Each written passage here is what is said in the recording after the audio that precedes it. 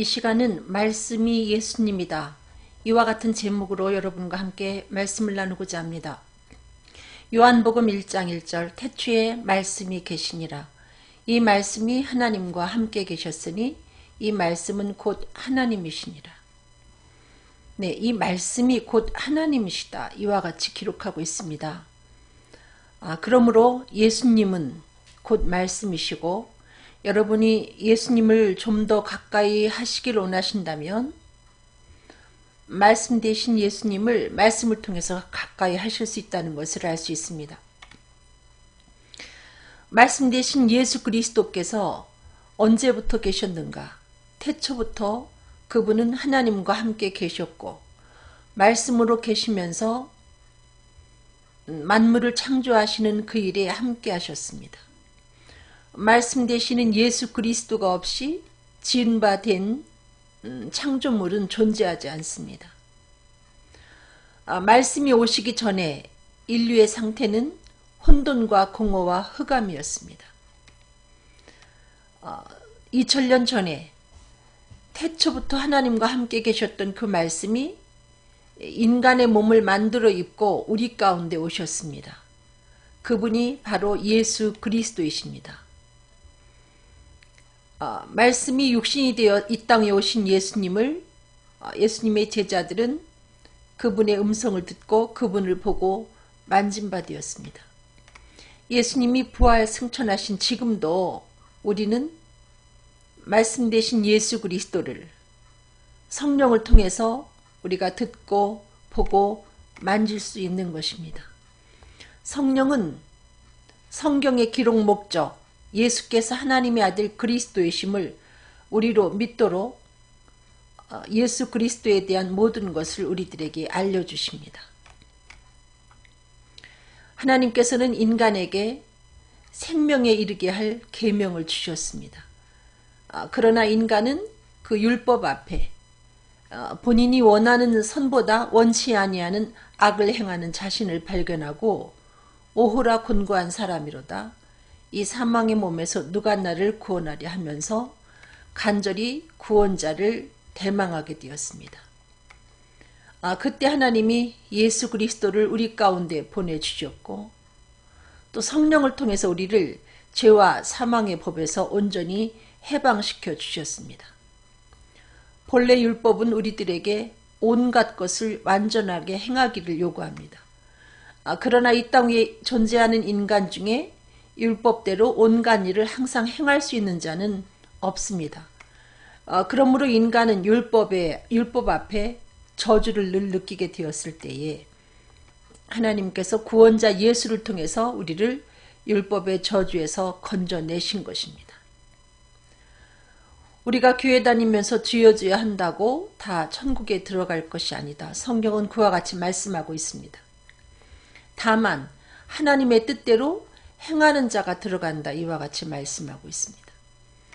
하나님의 뜻대로 행한다는 것은 무엇을 의미하겠습니까?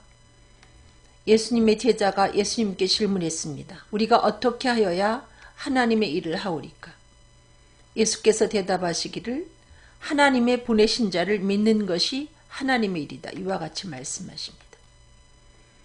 하나님께서 우리들에게 요구하는 최고의 일은 하나님께서 구원자로 우리에게 보내주신 그 예수를 그리스도로 구세주로 우리의 왕으로 인정하는 것입니다. 그렇게 기록된 말씀을 통해서 예수께서 하나님의 아들 그리스도이심을 우리가 배우고 믿게 될 때 하나님은 약속의 성령을 선물로 주셔서 우리들을 인쳐주십니다. 우리가 죄사함 받았음을 하나님의 존귀한 자녀가 되었음을 확신케 해주십니다. 그래서 인간은 교회를 다닌다고 해서 무조건 예수를 그리스도라 전할 수 있는 것이 아니라 성령으로 인치심을 받게 될 때 비로소 예수께서 하나님의 아들 그리스도이심을 확신하게 되면서 예수를 그리스도라 증거하게 되는 것입니다. 증인의 사명은 아무나 감당할 수 없습니다. 성령으로 인치심을 받은 사람이 내가 태초에 계신 그 말씀에 관하여 눈으로 본 바요 들은 바요 만진 바라며 예수를 그리스도라 증거할 수 있는 것입니다. 그래서 말씀과 성령으로 거듭난 우리는 이제 육체의 사람만 존재하는 것이 아니라 눈에 보이지 않지만 영의 사람이 우리와 함께 존재합니다.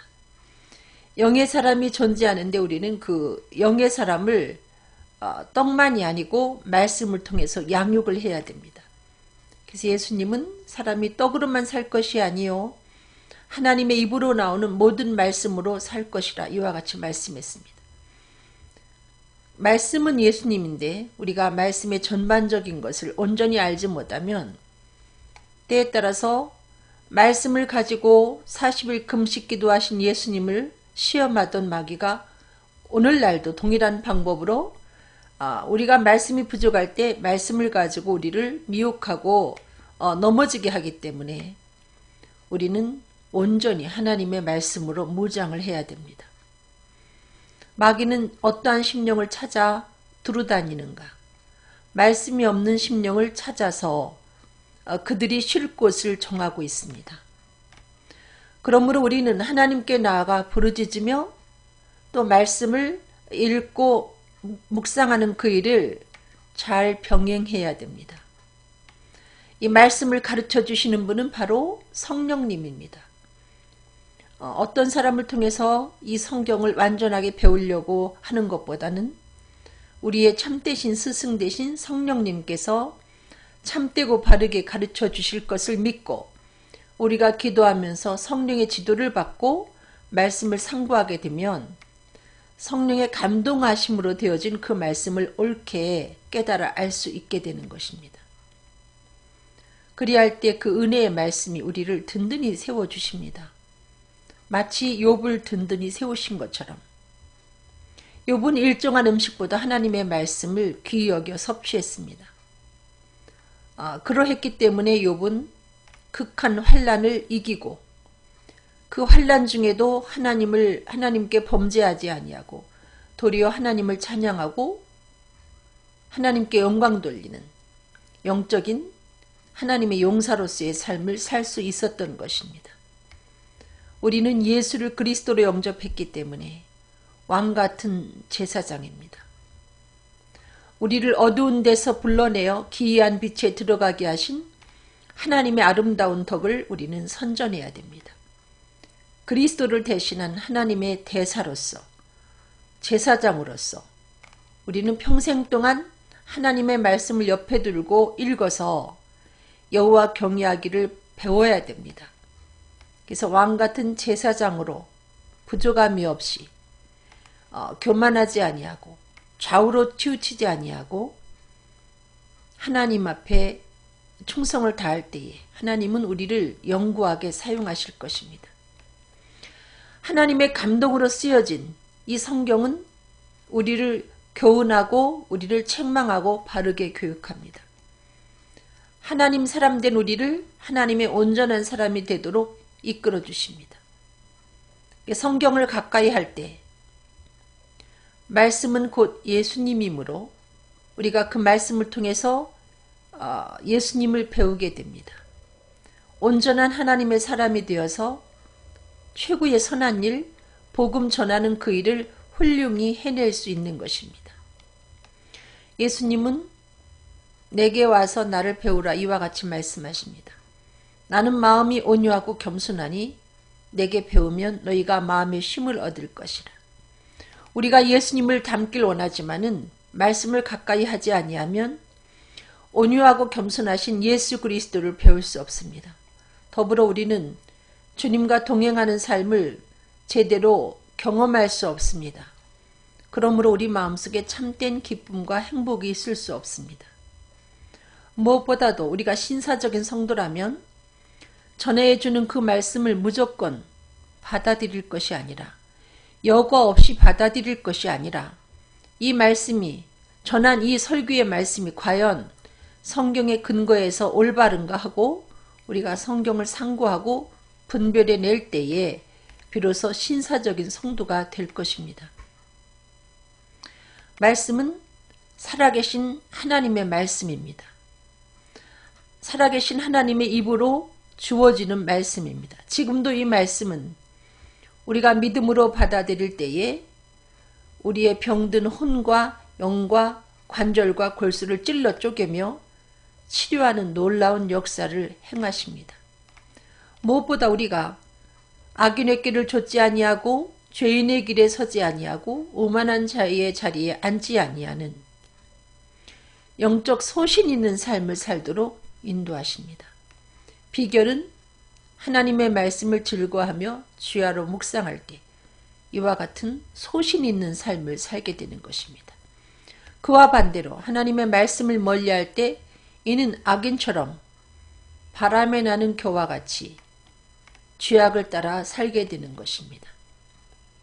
우리가 무엇으로 우리의 행실을 깨끗게 할 수 있겠습니까? 하나님의 말씀을 따라 삼갈 때에 우리는 온유하고 겸손하신 예수님의 삶을 본받아 정결한 삶을 살게 되는 것입니다. 또 그 말씀을 기억하고 우리가 준행할 때 비로소 우리 마음의 욕망을 다스리고 방종한 삶을 멀리할 수 있는 것입니다. 만약에 어떤 성도가 설교만 듣고 성경을 읽지 않고 신앙생활을 하고 있다면 그는 마치 젖만 먹는 유아에 불과하다는 것입니다. 설교는 젖과도 같은 것이어서 이 설교만 의존해서 우리가 신앙생활을 한다면 결코 유아적인 신앙인에서 벗어날 수가 없습니다. 그는 의의 말씀을 경험할 수가 없습니다. 이 단단한 식물과도 같은 마치 현미밥과도 같은 하나님의 말씀을 우리가 직접 읽고 묵상해서 떠 먹을 때 비로소 우리는 씹는 이를 통해서 우리의 지각을 사용하게 되므로 선악을 분별하게 됩니다. 그럴 때 우리는 분별력 있는 성도로서 장성한 그리스도의 사람으로서 우리에게 주어진 복음 전하는 그 일을 훌륭히 해낼 수 있는 것입니다.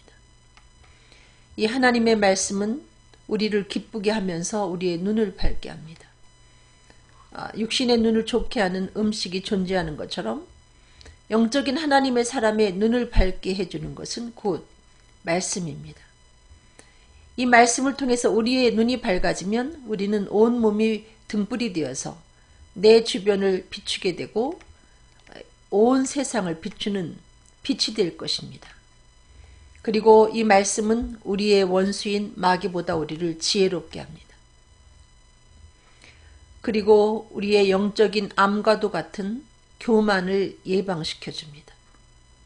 이 말씀이 우리 영적인 하나님의 사람 속에 있는 지방을 태워주는 그와 같은 역할을 하기 때문입니다. 말씀은 우리에게 최고의 상담자가 되십니다. 누구도 해결할 수 없는 그와 같은 문제를 이 말씀의 키를 통해서 우리는 온전히 해결을 받게 되는 것입니다.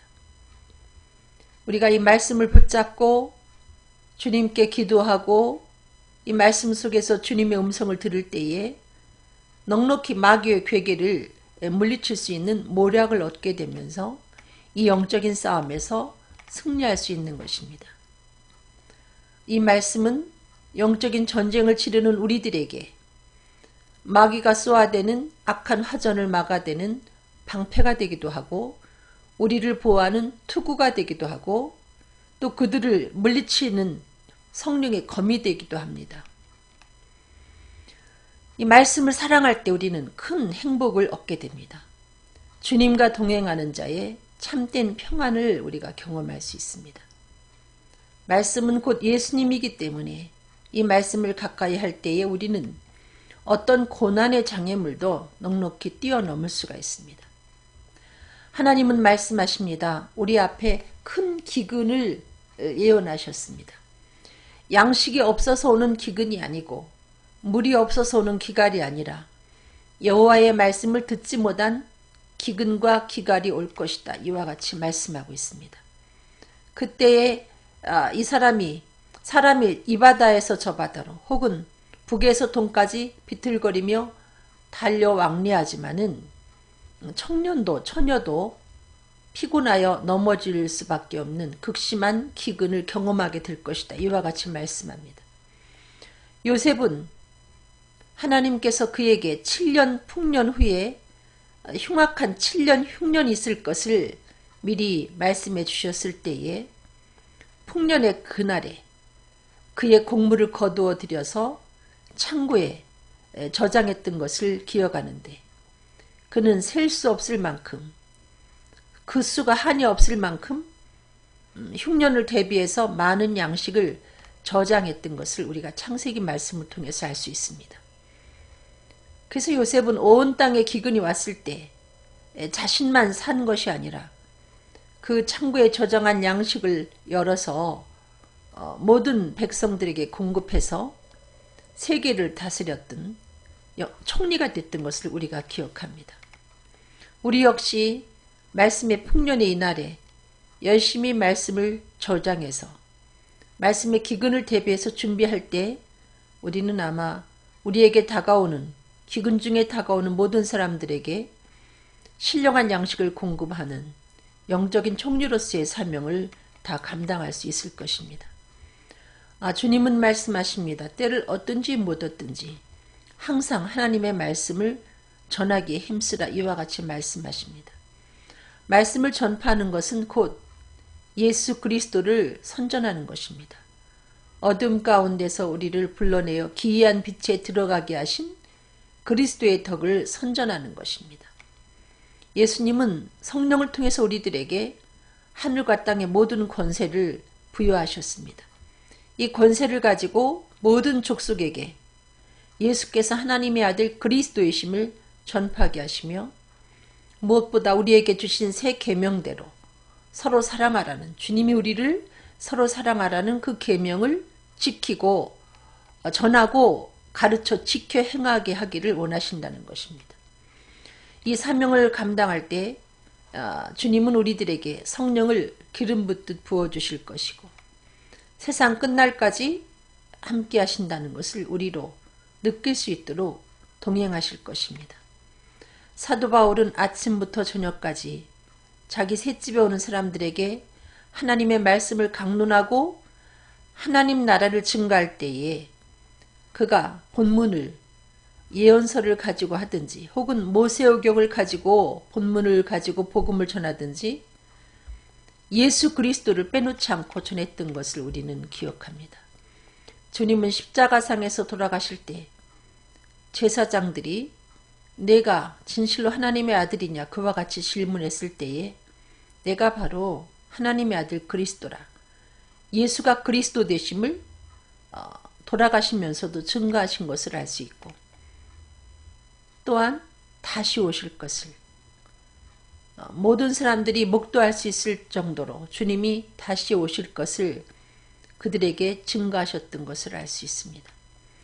말씀은 예수께서 하나님의 아들 그리스도라는 것을 증거해서 듣는 이로 하여금 예수를 구세주로 영접하게 하는 데 목적이 있으므로 우리가 말씀을 강론할 때, 하나님 나라를 전파할 때에 무엇보다 말씀 대신 예수 그리스도를 빼놓지 말고 전해야 될 줄로 믿습니다.